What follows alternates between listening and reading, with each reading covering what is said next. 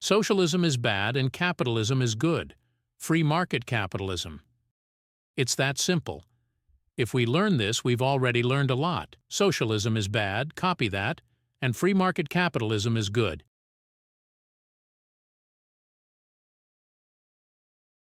First, socialism is not free. Socialism is totalitarian.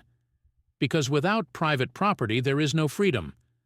Without private property, there can be no freedom of expression, freedom of association, freedom of movement, or any other kind of human freedom because it's impossible. Many authors explain this.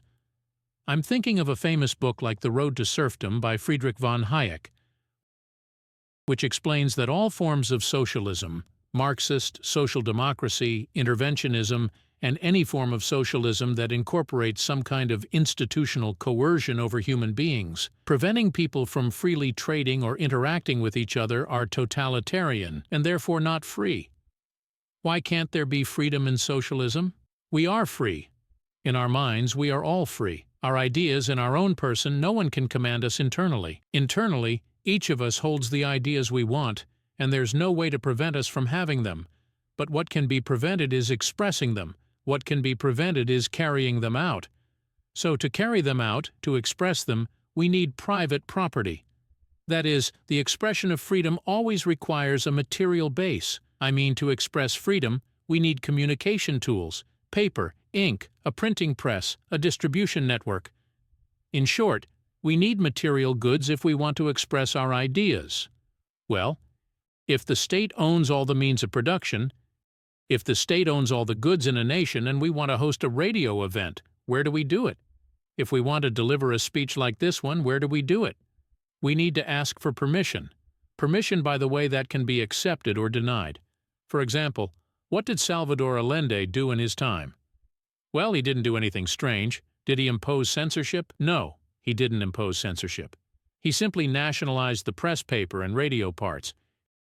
He didn't need to censor, didn't need to create a censorship law or a gag law, nothing like that. He just nationalized the press paper, and from then on, he only gave paper to his partners. Did he ban anything? No, but he simply deprived free expression of its material base. So first, I think it's obvious.